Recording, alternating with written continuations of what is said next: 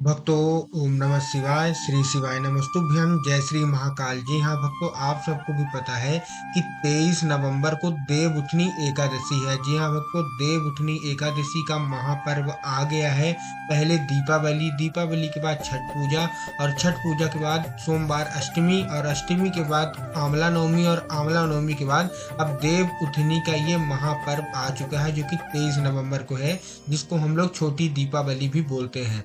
तो ऐसे में आपकी जो भी मनोकामना है, जो कि पूरी हो ही नहीं रही है, बहुत बार आपने प्रयास कर लिया, बहुत तरह की, चाहे वो धन संपदा से रिलेटेड हो, चाहे विवाह से रिलेटेड हो, चाहे बच्चों की पढ़ाई से रिलेटेड हो, चाहे कोई संकट से रिलेटेड हो, कोई भी मनोकामना है, आपको इस वीडियो में पूरा उपाय मैं आपको बताने वाला हूँ।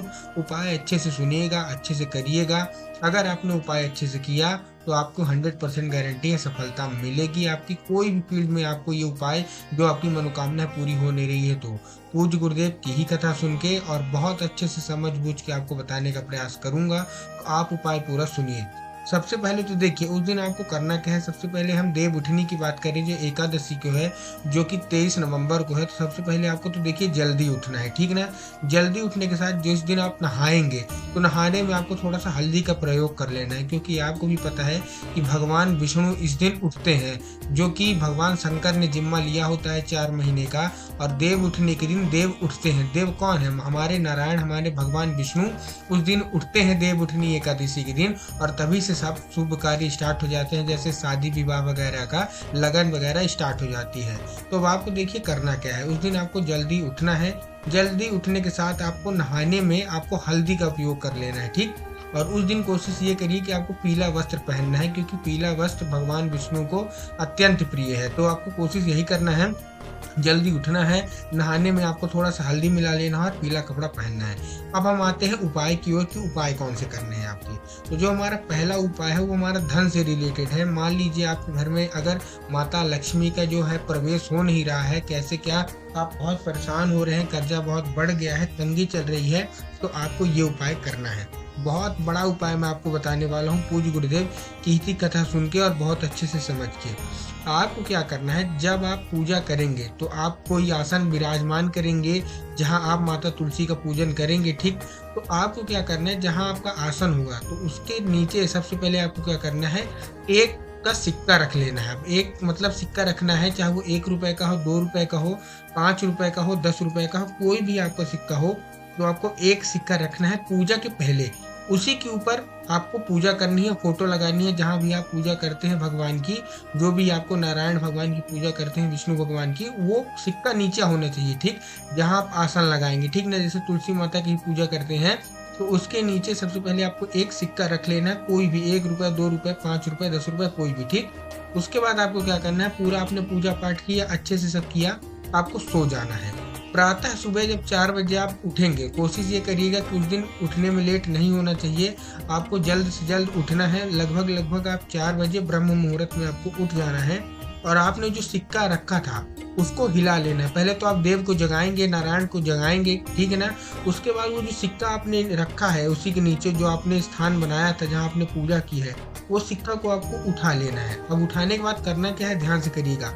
आपको एक कटोरी लेनी है, जिसमें आपको हल्दी डालना है, ठीक। ये मैं व्यापार के लिए बता रहा हूँ, धन के लिए बता रहा हूँ। जिन लोगों को भी धन की बहुत ज्यादा दिक्कत आ रही है, कम संपदा की दिक्कत आ रही है, तो ये उपाय उनको करना है। आपने वो सिक्का उठाया, आपने एक कटोरी ली, जिसमें आपको क्या रखना है, हल्दी। अब हल्दी जो आपने कटोरी ली, उसी में आपको ये सिक्का अर्पित कर देना है, डाल देना है। अब आप जो देखिए महिलाएं हैं, तो उनको क्या करना है, अपनी तिजोरी में रखा है, बस एक कोने रखा रहने दीजिए, आपको हटाना नहीं है, एक कोने रखा रहने दीजिए। जो भी व्यापारी हैं, जो व्यापार करते हैं, जिनका व्यापार चल नहीं रहा है, बहुत ज्यादा तंगी चल रही है, उसको अपने दुकान में जहां आप पैसा रखते हैं वहां रख देना है। क्या, एक कटोरी में हल्दी, और हल्दी के ऊपर ये सिक्का।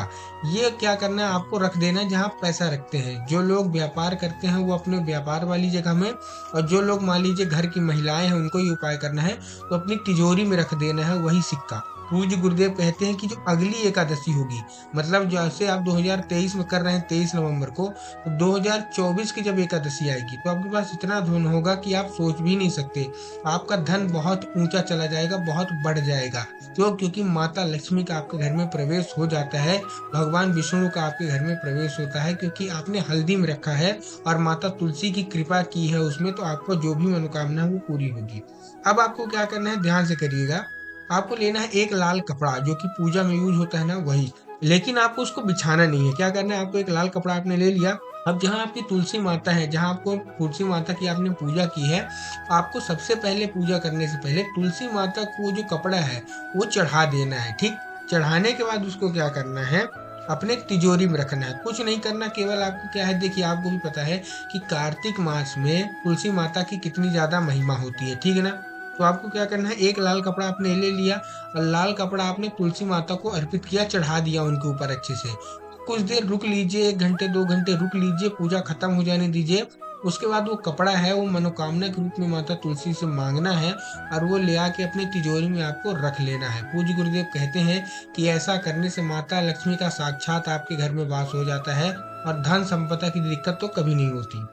तीसरा जो मैं उपाय आपके लिए लाया हूँ वो विवाह से रिलेटेड है। जिन लोगों का भी विवाह नहीं हो रहा, 30 साल 35 साल 40 साल के हो गए हैं, चाहे वो लड़का हो चाहे लड़की, दोनों के लिए उपाय है। अगर आपका विवाह नहीं हो रहा तो आपको ये उपाय करना है। देखिए कैसे करना है वो मैं आपको बताऊंगा, लेकिन इसको कोई परिवार वाला नहीं करेगा। जिनकी शादी नहीं हुई है, चाहे वो लड़का हो या लड़की, उन्हीं से ये उपाय करवाना है। कैसे करना है, देखिए सबसे पहले तो आपको लंबी वाली बाती चाहिए, ठीक ना। गोल बाती आपको नहीं चाहिए, लंबी बाती चाहिए, ठीक। उसके बाद आपको क्या करना है, आटे का दीपक बना लेना है। मिट्टी का दीपक नहीं चलेगा, आपको कहे के चाहिए आटे का दीपक आपको ले लेना है। और लंबी बाती चार चार लेना है, चारों दिशाओं के लिए। अब आपने ले लिया, दिया ले लिया, 4 लंबी बाती ले लिया, दिया ले लिया। अब बढ़िया आपको घी का लगाना है, तेल का नहीं लगाना। इस चीज का भी आपको ध्यान रखना है, आपको तेल का दिया नहीं लेना है, घी का दिया। आपने आटे का दीपक ले लिया, उसमें 4 बाती लगा ली, घी डाल के उसको जला दिया। अब आपने क्या करना है, जहां आप पूजा करेंगे वहां रख देना है। क्या करना है, जहां आप पूजा करेंगे वहीं रख देना है। लेकिन आपको दीपक में एक चीज और मिलानी है, थोड़ा सा चावल और थोड़ी सी हल्दी। तो आपने क्या क्या मिला लिया, आपने दीपक लिया, दीपक में आपको चावल और हल्दी ले लिया। हल्दी के साथ आपको घी का दीपक जलाना है, जो कि लंबी बाती का होगा। जब आप पूजा करेंगे तो पूजा करने के बाद आपको क्या करना है, आपको दीपक उन्हीं से रखवाना है जिनकी विवाह नहीं हुआ, चाहे वो लड़का हो चाहे लड़की। जिनका विवाह नहीं हुआ होगा उन्हीं के हाथों से वो दीपक रखवाना है। जहां आपका पूजा स्थल है, जहां भी आप पूजा कर रहे हैं, तो वहीं आपको जो आपका लड़का हो गया लड़की, उन्हीं से आपको रखवाना है और अपनी जो भी मनोकामना है वो मांग लेनी है। पूज्य गुरुदेव कहते हैं कि जो कोई भी लड़का या लड़की उपाय करता है, मात्र 2.5 से 3 महीने के अंदर उसका जो विवाह है वो पक्का हो जाता है और उसका विवाह अवश्य हो जाता है। तो उपाय मैंने बहुत ही अच्छे से बताया है, बहुत ही शांत तरीके से बताया है। उम्मीद करता हूँ आपको उपाय समझ में आ गया होगा। उपाय अच्छा लगा हो तो उपाय को लाइक कर दें, हमारे वीडियो को लाइक कर दें, चैनल को कर लें सब्सक्राइब और डेली पंडित प्रदीप जी मिश्रा के नए नए उपाय के लिए हमारे चैनल पे बने रहें।